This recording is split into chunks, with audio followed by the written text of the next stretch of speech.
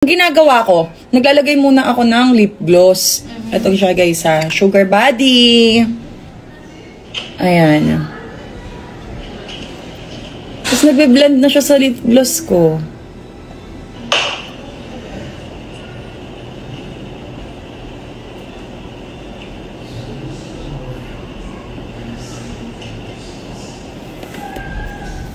Kung napapansin nyo, lagi ganito yung color ng lips ko kasi ito lang ang ginagamit ko.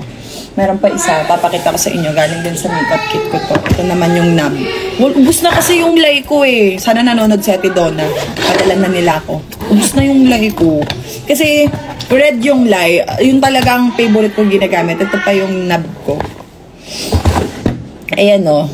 Do, tas lay, nub. Cutie-cutie niya. Tas sobrang as in cute talaga. Ayan. Ang bango-bango, ang ganda-ganda sa lips. Add to cart na kayo ng Sugar Body, guys. Takbo na sa Shopee ng Sugar Body. The Lineup Collection. And my free mirror to. Huwag nyo din kalimutan ang Rabis Cosmetics sa Shopee. Puntahan nyo na din. Ayan, nag-promo na rin ako sa kanila to support. Ayun na siya. Done na. Ito yung nub shade.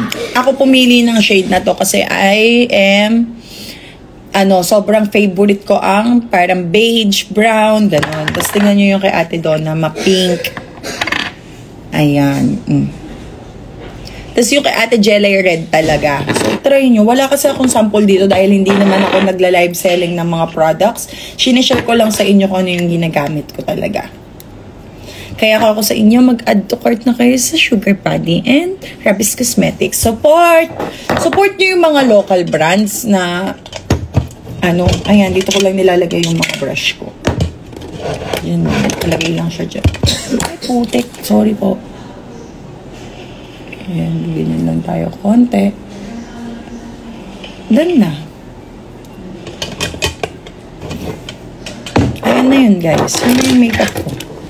Wala na kayo pa mapapala sa makeup ko. Lagay na natin ito. Ito yung pouch kong Chanel.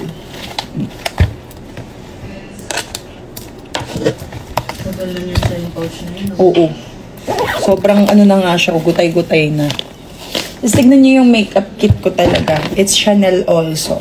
Pero walang laman. Kasi ang hirap niya dalhin. Hindi nalalagay sa maleta. Ganun. Kaya dito lang siya. Ginagamit ko lang siya kapag pero at least, siya. Beauty. Tapos ito yung makeup kit ko. Free lang kasi ito sa binibilang kong makeup eh. Diba? Nilipat ko siya dito. Gulo-gulo na. Pero okay lang. Lagay natin ito. It's Chanel guys. So cute. Tagal na nito sa akin. Sobrang tagal. Puro gas-gas na yung ilalim. Diba? Sobrang nice and cute. So, gagawin na natin ng final touch ko, which is itong kakampi ko. Kasi hindi na ako nagla-lashes. Diba dati lagi ako naka-eyelash extension. Hindi ko na ginagawa. Pinahaba ko na ng totoo yung pilik mata ko. Ayan. Tapos nilalash ko na lang siya. Tapos pag nagpapag-glam up ako, doon na lang ako nagpapalagay ng ng fake lashes. Ganon. Para makapag-shoot na ako at matapos na ako tonight.